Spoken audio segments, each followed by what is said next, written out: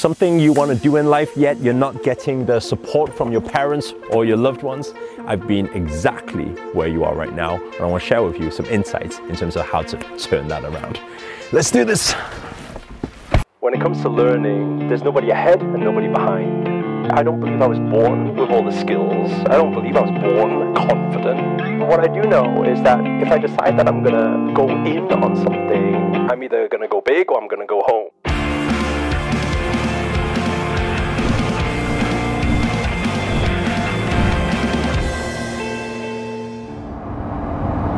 So you may be one of those who are experiencing when you have a certain thing you want to do in life, and for some reason the people around you don't quite get it. You feel like they're not quite supportive, and you know what you do at times like that. And by the way, I feel that like I really have the right to actually talk about this topic, and for the reason that a lot of people, they always say to me, they say, Eric, you got it easy. Like your parents so support what you do, and I wish I had parents like that.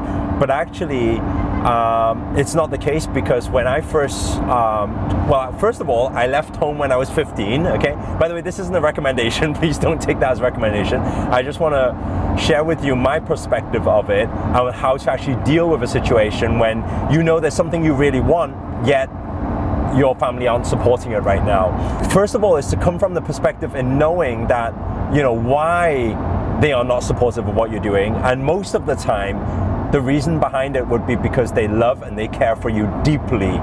It's just that they only know what they know, and they want to keep you safe, right? Not saying they're right or wrong, but they only want to keep you safe.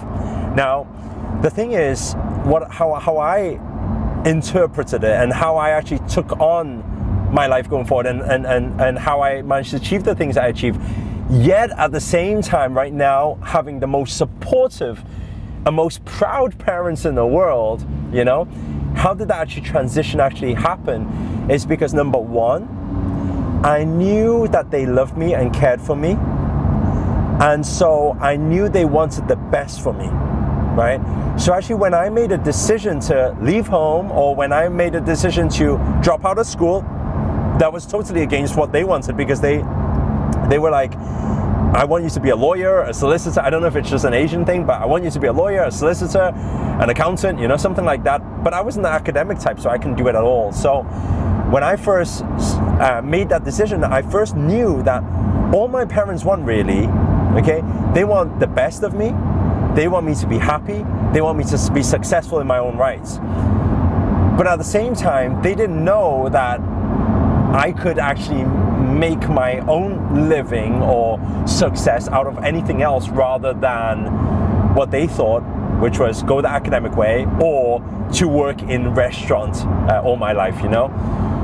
And so when I dropped out of college, and also when I dropped out of working in the restaurant business or working for my dad, they were really, really upset. In fact, they were upset so much they were angry. And I'm not saying this as this is the right way to do it, but I'm just giving you my perspective of what worked for me, is that I still left anyway, because I knew the outcome that they really, really wanted was the best for me. And so actually I used it as my driver. I used it as my motivation. I used it as one of those things where I said, I'm not going to accept failure, and I'm going to do whatever it takes to make it work in these different avenues, which I went franchising, rubber and steel exporting, and even the whole speaking journey. I said I want to be a motivational speaker. All of this was first against what they thought that I could achieve, but what I said is I made it my absolute dedication, and I couldn't accept no for an answer, is that I'm going to make them proud.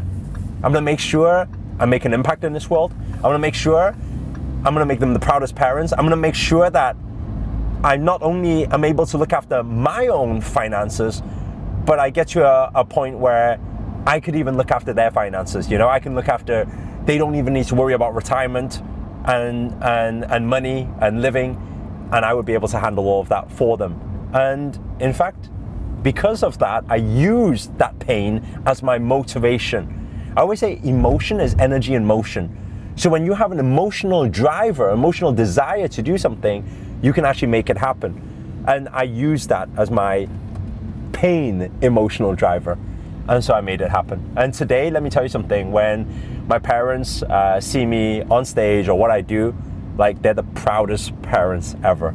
And so I think what's most important for you is to be true to yourself, because at the end of the day, if you're not true to yourself, if you're not giving enough love for what you want to do, you can't actually be happy to be able to give the love back to the people who love you. So I think it's about, number one, being honest, being truthful, being able to accept what they are saying and where they're coming from. Let me just get in here first. Being able to, thank you, being able to accept where they're coming from as loving parents or family members, and know that they want the best out of you, and using that as your driver, having this honest and open conversation with them to why you really want to explore the avenue you want to explore right now, and telling them that you're going to make them proud, you know? I think that's most important, and them knowing that you're safe. So yeah, I think it's about having that conversation.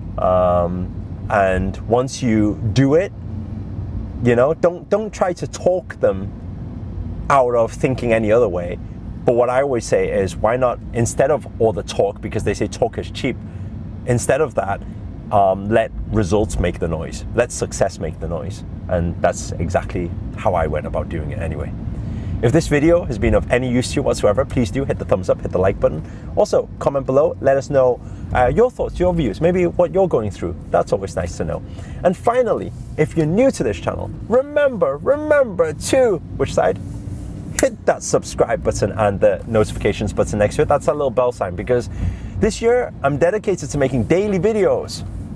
Hold you accountable to make it your best year yet. But for now, guys, see you later. Ciao.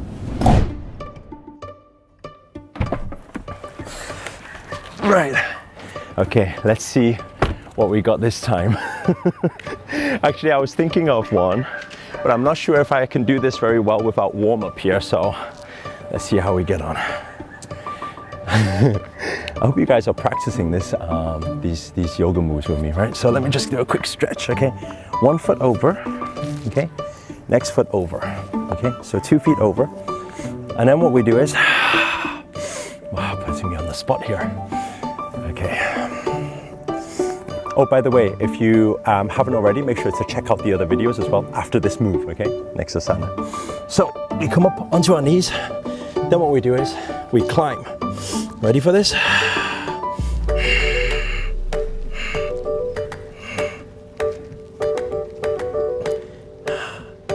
Just like this. Anyway, guys, thanks for tuning in. Make sure to check out the other videos. Namaste to you all. You're all amazing.